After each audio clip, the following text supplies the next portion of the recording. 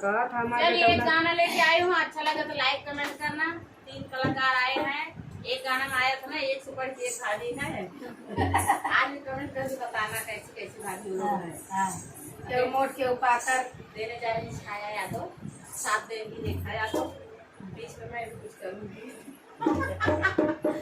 पाकी गईला धानवा में, पाकी गईला खेतवा में धानवा ना, पिया पाकी गईला खेतवा में धानवा ना,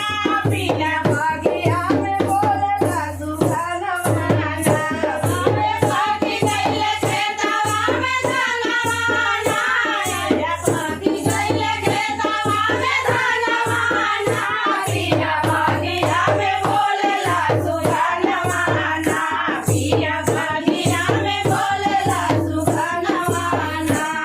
सुहानवा ना, हो सुहानवा ना, पिया बगिया में बोलला सुहानवा ना, पिया बगिया में बोलला सुहानवा ना,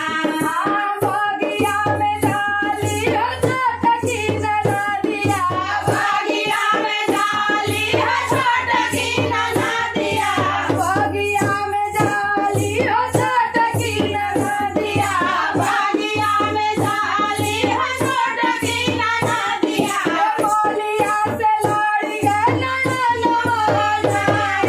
बोलिया से लड़ी गए नयनवा ना, पिया बगिया में बोलला सुहानवा ना,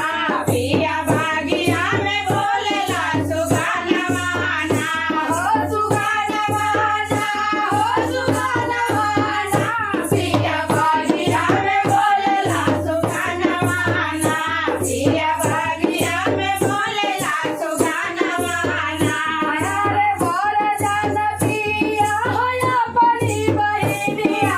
बोल जान पिया होया अपनी बहिनिया, बोल जान पिया होया अपनी बहिनिया, बोल जान पिया होया अपनी बहिनिया, लागी जाई है फूलवा में धागवा ना,